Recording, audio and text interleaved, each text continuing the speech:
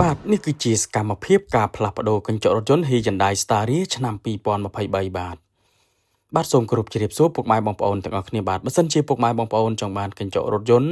ដែលមានគុណភាពល្អនិងជាងដែលមានជំនាញច្បាស់លាស់ផ្នែកកញ្ចក់រថយន្តដែលគាត់មានជំនាញនិងបទពិសោធន៍យូរឆ្នាំខាងកញ្ចក់រថយន្តសូមកុំភ្លេចខាងកុសលសុខមានបាទខាងយើងខ្ញុំក៏មានលក់កញ្ចក់រថយន្តគ្រប់ម៉ាកគ្រប់ស៊េរីហើយក៏មានសេវាកម្មទៅផ្លាស់ប្ដូរកញ្ចក់រថយន្តជូនពុកម៉ែបងប្អូនដល់ទីតាំងផងដែរបាទ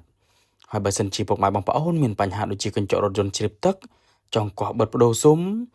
ឬក៏មានចម្ងល់អ្វីផ្សេងទៀតដែលតាក់ទងជាមួយនឹងកញ្ចក់រថយន្តពុកម៉ែបងប្អូនដែលឆាតចូល Page សួរព័ត៌មានផ្ទាល់ក៏បានឬក៏ពុកម៉ែបងប្អូនដែល call តាមលេខទូរស័ព្ទដែលខ្ញុំដាក់នៅលើ banner ផ្ទាល់ហ្នឹងក៏បានខ្ញុំម្ចាស់ហាងដែលមានជំនាញនិងបទពិសោធន៍យូរឆ្នាំខាងកញ្ចក់រថយន្តខ្ញុំនឹងជម្រាបជូនពុកម៉ែបងប្អូនច្បាស់តែម្ដងបាទហើយបើសិនជាពុកម៉ែបងប្អូនមានបញ្ហាដូចជាកញ្ចក់រថយន្តបែកប្រេះស្រាំចង់អ៊ុតខាងខ្ញុំក៏មានជាងជំនាញច្បាស់លាស់ខាងអ៊ុតកញ្ចក់រថយន្តនឹងផងដែរណាពុកម៉ែបងប្អូនបាទពុកម៉ែបងប្អូនមកដល់ទីតាំងហាងផ្ទាល់ក៏បានឬក៏ពុកម៉ែបងប្អូនមានពេលទេឲ្យជាងទៅអ៊ុតកញ្ចក់រថយន្តឬក៏ទៅផ្លាស់ប្ដូរកញ្ចក់រថយន្តនឹងជូនពុកម៉ែបងប្អូនដល់ទីតាំងក៏បាន